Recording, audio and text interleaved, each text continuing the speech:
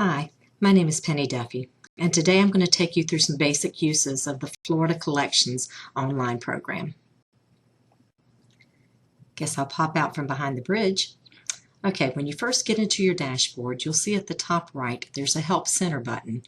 And if you click on that, it gives you all sorts of help as far as getting started, how to set up your program, any questions that you might have in general, and they even have tutorials there for you.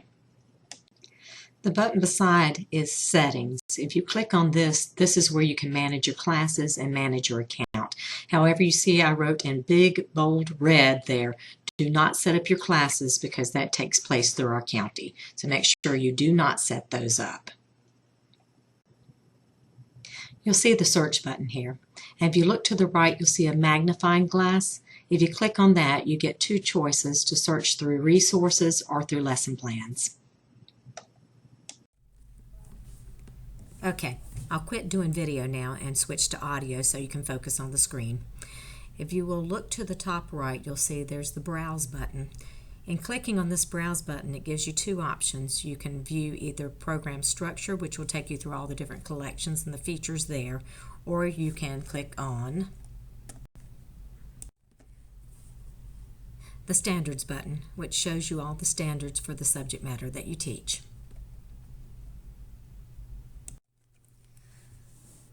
To the far left, you'll see something called My Smart Planner. You can use this if you'd like as your daily planner for your lessons to help you organize.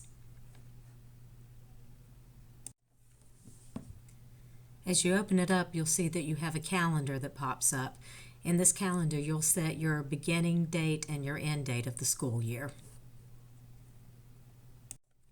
If you look at the top right-hand corner, you'll see a cogwheel up there. This allows you to set any dates in your calendar, whether it be school breaks or any non-teaching days that you've got coming up, any holidays you want to put in there. Here you'll see an auto scheduler. What this does for you is it will take the textbook and immediately drop it in and plan it out for the entire year, which is great, except for if you're teaching other things, you would have to do a lot of shifting around because this plans out as if you're doing nothing but teaching the book, so you would have to adjust accordingly. Now we're going to look at the icons at the top here. The first one you see is the Collections Guided Tour, which is the guided tour just very much like what you got at the Help Center at the top. We're going to look right now at the Teacher ebook.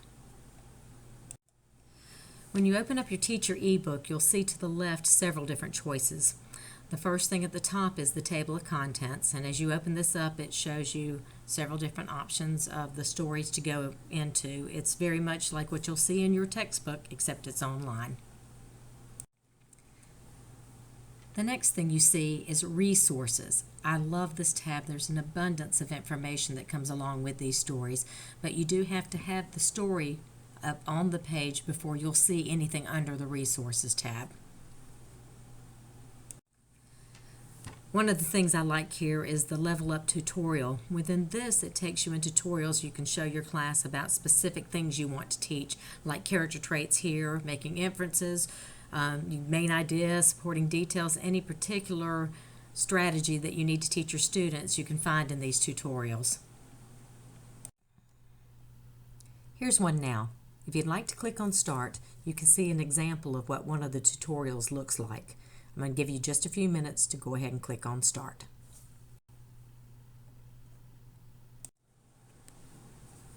Here's another one of my favorite things called the Close Read Screencast. You see it here, you can click on it, or you can click on the little green button that's within the story itself. You'll see it on the student's screen as you're going through the student's ebook. If you click on that, it brings up a podcast of two people talking about the story. A lot of really interesting information here. While you're in the teacher's ebook, you'll notice if you hover your mouse over the right-hand side of the page that it'll give you the option to go straight into the student ebook. Here's the Close Read button I was talking about. Go ahead and click on it now and it should bring up a podcast for you.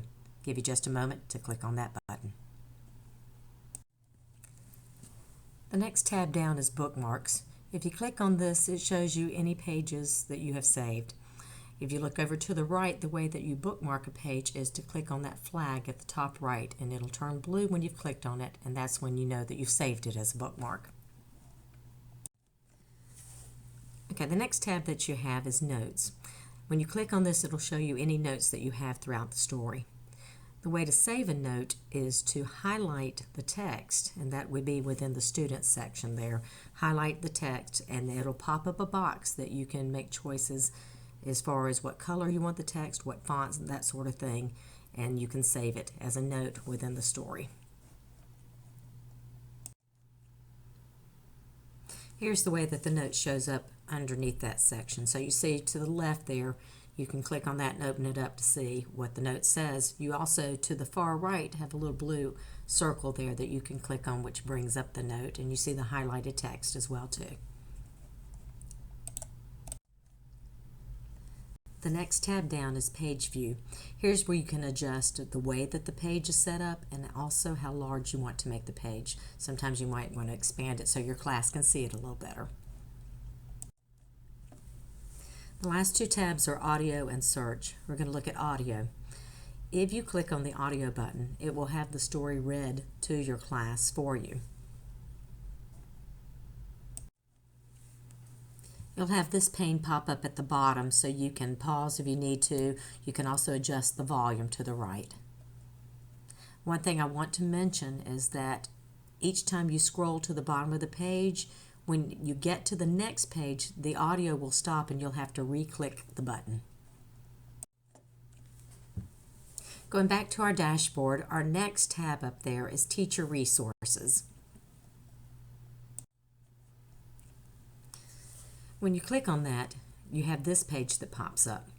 As you see, there's so many different resources. I'll let you work your way through those on your own. However, I'll point out some of my favorites.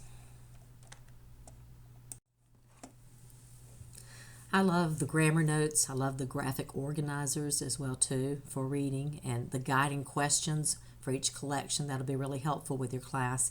One thing I really like is history and A&E videos. Here's an example of that page. One thing you'll notice about these videos is that they do tie into the stories that you're reading.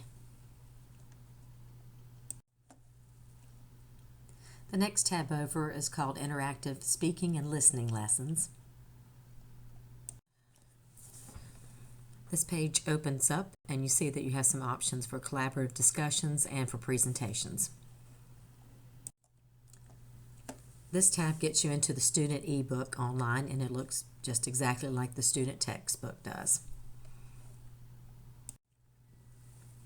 I'm going to jump on over to the FYI site. This is a really cool site with some great information. When you click on that tab, it brings up this screen here, and you can choose which grade you work with. You then choose the language that you want. You then choose the grade that you want and choose the video at the bottom which you wish to see. You'll see over to the right hand side also that there's a tips for reading nonfiction.